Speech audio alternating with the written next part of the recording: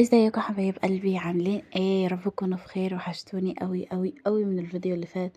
اخباركم ايه؟ يا رب تكونوا كويسين. يلا بينا نبدأ الفيديو بتاع النهارده عندنا روتينية صغنونة خالص. هروق الصالة بس وهطبخ وهنضف المطبخ. الحقيقة ما عنديش النهارده ترويق كتير. ليه؟ انا ماشية على روتين كده من اول المدارس. اي حاجة بتتعمل في البيت برجع اعملها تاني، ومع اي ترويقة في اليوم لازم يوميا باعمل أي حاجة تقيلة في البيت. تمام. فده بيخليني ما عنديش شغل كتير. فمش ضاغطة على نفسي من ناحية البيت. فيلا النهاردة نخش ننضف الصالة سوا. هنا أنا كنت بنضف الأنتريه وهكنس الأرض وهفرشها، ويبقى كده الصالة كلها خلصت، يبقى البيت كله نظيف ما عدا بس غيرت الملايات بتاعة السرير وخلاص على كده. وهنخش على طول على المطبخ. النهاردة أنا هعمل لحمة وبطاطس وهروق المطبخ. وكان عندي جزء كده تحت الحوض، ده اللي بحط فيه الحلل الألمونيا بتاعتي، والبلاستيكات وكده ما كانش متظبط فظبطه. فيلا بينا نخش بقى على الروتين. هسيب لكم الروتين يشتغل مع نفسه، كل حاجة في الفيديو شرح نفسها. وتعالوا عاوزة اتكلم معاكم في حاجة مهمة. الحقيقة أنا عاوزة أتكلم معاكم النهاردة عن حاجة كلنا عارفينها، بس مش دايما بنحسها زي ما المفروض نحسها. والحاجة دي يا جماعة هي الصلاة. عارفة، احنا اتربينا كلنا على ان الصلاة فرض، يعني لازم نصلي 5 مرات في اليوم علشان ربنا يرضى عننا، وده طبعا حقيقي. بس في حاجة أعمق من كده بكتير. الصلاة يا جماعة مش مجرد فرض، الصلاة دي راحة، والله العظيم، راحة للقلب وهدوء للنفس وأمان للروح اللي طول اليوم عمالة بتتعب وتتخبط. وفي وقت بيبقى فيه الضغط علينا من كل ناحية، مشاكل، هم، تعب، زعل. الصلاة هي اللحظة الوحيدة اللي بتطلعي فيها من الدنيا كلها وتقفي قدام ربنا وتحكيله اللي محدش فاهمه، وتعيطيله من غير ما تتكسفي، وبتطلعي كل اللي جواكي وهو بس اللي سامعك. مش غريب ان انا بعد كل صلاة بنحس براحة، زي كأنك كده كنت شايلة جبل ووقع عنك. علشان دي مش مجرد حركات وخلاص بنعملها يوميا، لأ، دي لحظة صلة بينك وبين اللي خلقك. الناس ساعات بتقول أنا نفسي أرتاح، بس مش واخدين بالهم ان الراحة دي بتبدأ من أول سجدة. جربي كده تصلي بخشوع وتسيبي دموعك تنزل وانت ساجدة، هتحسي ان قلبك بيتغسل، مش مجرد كلام تنظير عليكي وخلاص، لا والله، دي حقيقة. اللي بيجربها مرة عمره ما ينساها. مش لازم تبقي مثالية، مش لازم تبقي ملتزمة 100% عشان تصلي. ابدأي زي ما انت دلوقتي، حتى لو مش بتصلي كل الفروض. ابدأي بخطوة صغيرة، ركعة، فرض، وبعدها ربنا بنفسه هيقربك ليه أكتر. ربنا عمره ما بينادي حد وبيصده، هو دايما فاتح بابه حتى لو جينا له متأخرين. في ناس بتقول أنا مش بصلي عشان حاسس إني مقصر، بس هو ده السبب اللي يخليك تصلي. الصلاة مش للملتزمين بس، لأ، الصلاة للضعاف، للي عايزين يقووا، وللتعبانين اللي عايزين يرتاحوا، وللي ضايعين وبيحاولوا يرجعوا عن الطريق تاني. عارفة، اللي بيحافظ على صلاته بيبقى عنده طمأنينة غريبة، حتى لو كل الدنيا مقلوبة حواليكي. هتحسي كده ان ربنا حامي قلبك من جوه، مش عشان انتي احسن من الناس، لا، لكن علشان انتي محافظة على الوصال اللي بينك وبين ربنا. واللي بيبعد عن الصلاة بيحس بحاجة ناقصاه حتى لو مش عارف يفسرها. هو بيحس بضيق، بالحيرة، بالتعب النفسي، علشان القلب اللي ما بيسجدش لربنا بيبقى متعطش للسجدة دي. خديها كده قاعدة، كل ما تحس انك تايهة صلي، كل ما تحس انك مش قادرة صلي، كل ما تحس انك محتاجة تطمني صلي. مفيش حل اسرع من كده، لان اللي خلقك هو الوحيد اللي هيعرف يعالجك. الصلاة مش بس عبادة، لأ، دي علاج للقلق وللتفكير وللحزن. هي السكينة اللي بتدوري عليها في كل حاجة تانية ومش لاقياها. يمكن في ناس بتقول أنا بصلي بس مش بحس بحاجة، أو أنا بدعي وربنا مش بيستجيب. بس خليني أقولك على حاجة مهمة جدا. الصلاة مش مجرد حركات بنعملها، الصلاة هي صلتك بربنا. هي الوقت اللي بتروقي فيه، بتروحي بقلبك وتفتحي باب بينك وبين اللي خلقك. ان انتي ممكن تكوني متضايقة وتعبانة حاسة انك لوحدك، بس اول ما تقومي وتصلي بتحسي ان في حاجة جواك اتغسلت، كأنك كنت شايلة حمل وتشال فجأة.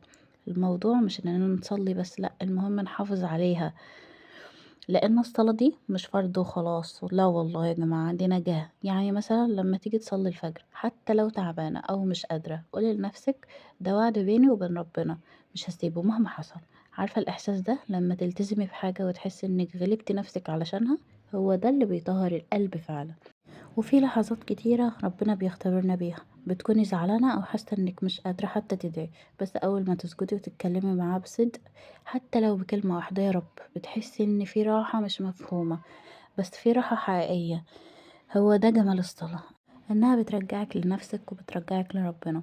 وفي حاجة تانية كمان، الصلاة مش بس في المسجد أو على السجادة، لأ، الصلاة دي ممكن تكون بينك وبين ربنا في كل لحظة، وانت بتطبخي وانت بتصلي وانت بتعملي شاي وانت بتروقي بيتك. لو قلبك حاضر وبتقولي الحمد لله، استغفر الله، يا رب قويني، دي برضو صلاة على فكرة. يعني مش شرط تكوني متفرغة عشان تصلي، لا، خلي قلبك دايما متصل بيه. وعاوزاكي تاخدي بالك من حاجة كمان، الصلاة مش بس بتريحك، دي بتحميكي. في حاجات كتير ممكن كانت تحصل في يومك وربنا بيصرفها عنك بسبب ركعتين صلاتيهم بصدق. عارفة لما تكوني داخلة في موقف وقلبك مش مرتاح، صلي ركعتين واستخيري وقولي يا رب وجهني للصح، ونامي وانت مطمنة ربنا مش هيسيبك، بس بشرط انه لازم يكون من قلبك. في ناس ممكن تكون بتضحك وبتتكلم عادي، بس جواها وجع، ومفيش حاجة بتخففه غير لما بيقفوا بين ايدين ربنا. عارفة لما تبقي بتحاولي تمسكي دموعك طول اليوم، أول ما تسجدي الدموع بتنزل لوحدها، مش ضعف، بالعكس ده قوة. قوة إنك عرفتي إن مفيش غيره بيسمعك فعلا، واللي جرب الصلاة بصدق عمره ما يقدر يعيش من غيرها. ودي بتديكي طاقة غريبة، كأنها بتشحنلك قلبك. يمكن الناس تشوفك بتضحكي بعد ما كنت مكسورة وما يفهموش ازاي، بس انت عارفة السر انك قمت صليتي وسبت كل اللي مضايقك بين ايدين ربنا، وان ربنا هو اللي يريح قلبك. وخليني اقولك حاجة تانية، الصلاة مش بس لما نكون محتاجينها، لأ، لأ، دي كمان لما نكون بخير، لما نكون كويسين، لان اوقات الراحة هو اكتر وقت لازم بنفتكر فيه ربنا. ما ينفعش نفتكره بس وقت الشدة، لازم نحافظ على العهد دايما. عارفة ليه؟ لان اللي بيصلي وهو مرتاح ربنا بيقف جنبه لما بيتعب، وهو وعد بكده على فكرة. اللي بيجي لربنا وهو بخير ربنا ما بيسيبوش لما الدنيا تضيق عليه.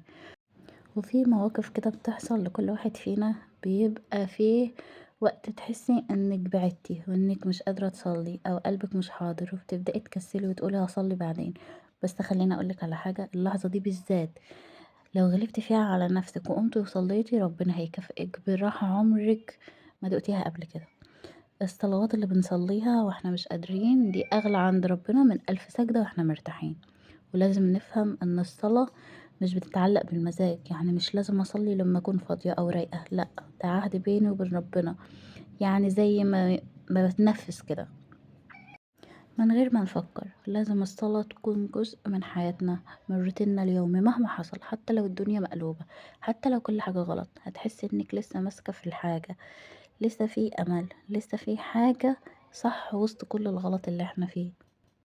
وفي كلمة صغيرة نفسي اوصلها لأي حد بيسمعني، ما تسيبيش الصلاة مهما حصل، حتى لو بتصلي بسرعة، حتى لو مش مركزة، حتى لو بتقومي بالعافية، المهم ما توقفيش، لانك طول الوقت طول ما انت بتصلي في خيط بينك وبين ربنا مش مقطوع. بس اول ما تسيبيها كل حاجة بتبدأ تتلخبط من غير ما تحس انك متضايقة وتايهة ومفيش بركة، وكل ده بيبدأ من هنا، من انك سبت الصلاة اصلا.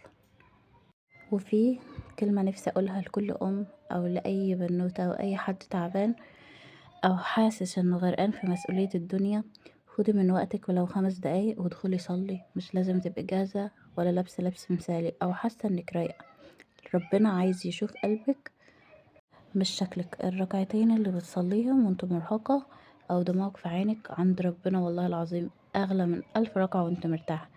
وخلي بالك الصلاة مش بتبعدك عن الدنيا، بالعكس بتخليكي تعرفي تتعاملي معاها بهدوء.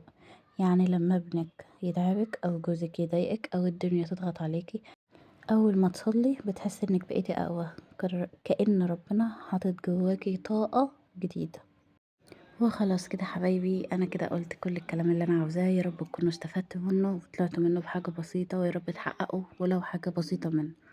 وهنا كمان يومنا خلص والروتين خلص، يا رب يكون عجبكم. لو عجبكم اضغطوا لايك للفيديو واشتركوا في القناة وقولوا لي انتم منين.